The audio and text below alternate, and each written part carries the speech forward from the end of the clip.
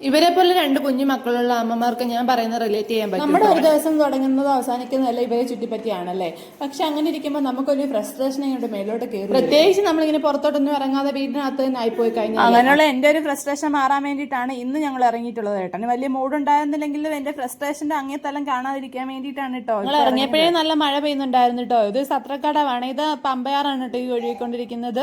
നമ്മുടെ ആറന്മുള വള്ളംകളിയൊക്കെ നടക്കുന്നത് ഇവിടെ വെച്ചിട്ട്. സാധാരണഗതിയിൽ ഇങ്ങനെയുള്ള അവസരങ്ങൾ ഞാൻ തിരഞ്ഞെടുക്കാതെ ക്ഷേത്ര ദർശനമാണ് കേട്ടോ. ഇങ്ങനെ അതിനുള്ള സാഹചര്യം അല്ലാത്തതുകൊണ്ടാണ് അത് ഒഴിവാക്കിയിട്ട് വെറുതെ ഒന്ന് ചായയൊക്കെ കുടിച്ചിട്ട് പോവാന്ന് വിചാരിച്ചു. അമ്പലത്തിൽ പോകുമ്പോൾ നമുക്ക് കിട്ടുന്ന ഒരു പോസിറ്റിവിറ്റി ഇല്ല, അതുപോലെ തന്നെയാണ് കേട്ടോ ഇവിടെ വന്നിരിക്കുമ്പോഴും. ഇത് ഞങ്ങൾ വണ്ടിയിൽ നിന്നൊന്നും ഇറങ്ങിയിട്ടില്ല, കാരണം പുറത്ത് നല്ല മഴ പെയ്യുന്നുണ്ടായിരുന്നു കേട്ടോ. കുറച്ചു നേരം വണ്ടി ഇരുന്നിട്ട് ഇങ്ങനെ കാഴ്ചകളൊക്കെ കണ്ടു. പിന്നെ അതുപോലെ തന്നെ നമ്മൾ കുറെ വീഡിയോസും ഫോട്ടോസും ഒക്കെ എടുത്തു, പല ഷോകളും കാണിച്ചു, അങ്ങനെ കുറെ പട്ടി ഷോ ഒക്കെ കാണിച്ചു എന്ന് വേണമെങ്കിൽ പറയാം.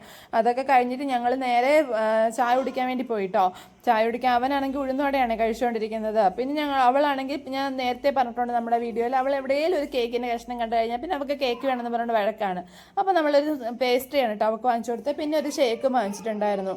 ഇതൊക്കെ റയറായിട്ടാണ് ഇപ്പോൾ പറയുന്നെങ്കിലും പണ്ടൊരു സമയത്താണെങ്കിൽ എല്ലാ ആഴ്ചയിലും ഈ വക കലാപരിപാടികളൊക്കെ നമ്മൾ ചെയ്തുകൊണ്ടിരുന്നതാണ്. പിന്നെ സാഹചര്യങ്ങളെ സമ്പർക്കം മൂലം പലതും നമ്മൾ ഒഴിവാക്കേണ്ടതായിരിക്കുന്നു. അതിനകത്ത് ഒരു കാര്യമായിരുന്നു ഇതും.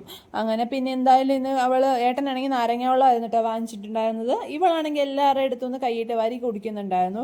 മോനാണെങ്കിൽ ജ്യൂസ് എല്ലാം നക്കി തുടച്ചു. വഴി സൈഡിൽ നിന്നുള്ള ചായയും കടിയും മാത്രം വാങ്ങിച്ചാൽ മതി ഏട്ടാന്ന് പറഞ്ഞിട്ടാണ് കേട്ടോ ഏട്ടനെ കുത്തിപ്പൊക്കിക്കൊണ്ട് വന്നത്. ഇനിയും നമുക്ക് ചെല്ലുമ്പോൾ ബാക്കിയൊക്കെ കേൾക്കാം.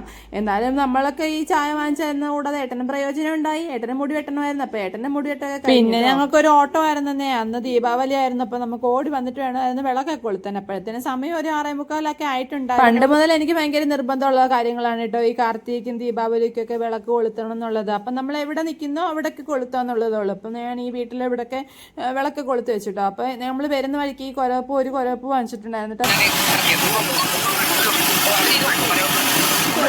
പിന്നെ കുറച്ച് പൂത്തിരിയും വാങ്ങിച്ചിട്ടുണ്ടായിരുന്നു. അപ്പൊ അതൊക്കെ വെച്ചിട്ട് മക്കളെ അതൊക്കെ ഒന്ന് കാണിച്ചു കൊടുത്തു. പടക്കം കാര്യങ്ങളൊന്നും നമ്മൾ വാങ്ങിച്ചിട്ടുണ്ടായിരുന്നു. അങ്ങനെ ഇന്നത്തെ ഒരു ദിവസം ഇങ്ങനെ കടന്നുപോയി. പിന്നെ ചില കാര്യങ്ങളൊക്കെ വളരെ സിമ്പിൾ ആണെന്ന് പലർക്കും തോന്നിയാലും അത് അനുഭവിക്കുന്നവർക്കൊക്കെ വലിയ കാര്യങ്ങളായിരിക്കും കേട്ടോ. എനിക്കും അങ്ങനെ ഒരു വലിയ കാര്യമായിരുന്നു ഇത്. അപ്പൊ നമ്മുടെ ഇന്നത്തെ വീഡിയോ ഈ ദീപാവലി ആഘോഷത്തോടു തന്നെ അവസാനിക്കുന്നു. അപ്പൊ അടുത്ത വീഡിയോ കാണാം.